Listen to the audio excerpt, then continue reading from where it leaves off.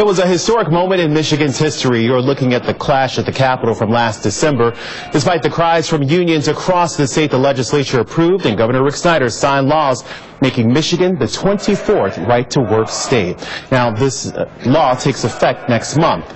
A similar situation played out in Indiana a year ago. After then Republican Governor Mitch Daniels signed right-to-work legislation, opponents claimed it would break down the middle class, while those for it believe it would create jobs in the private sector. So what impact has right-to-work had on the Hoosier state? We traveled there to find out. Indiana is known as the crossroads of America. Manufacturing has a major presence here, and so do the unions.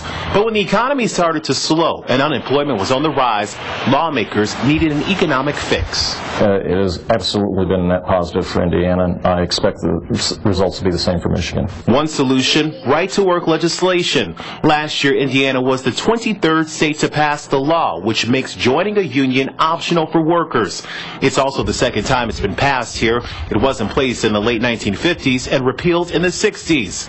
And in the years since it's been back, Cam Carter from the Indiana Chamber of Commerce says the legislation has already made a difference. I think it's working because people want to be free, they want to have and earn more money, they want to have more opportunity for themselves. If you take a look at the numbers from the Indiana Economic Development Corporation, or the IEDC, which brings business to the state, right now there are 91 companies that have expressed interest in Indiana since it became right to work.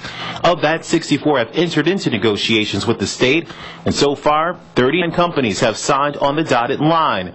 Those companies are expected to bring in about 4,500 jobs and $1.6 billion in investment. And the Chamber says there are no worries about these being good-paying jobs. It's expected the companies who have signed on will pay workers an average of $22.16 an hour.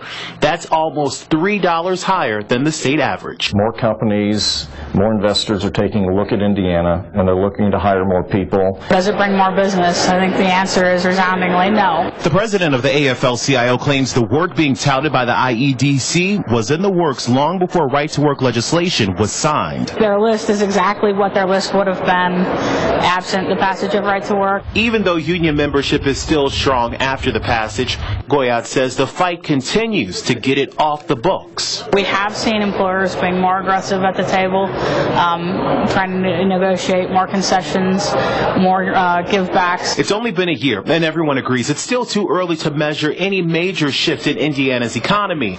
But what's in store for Michigan as we prepare for right to work? Well, that really depends on who you ask. Given the Indiana experience, Michiganders don't have much to fear from this. The promises won't come to fruition, but the pain probably will.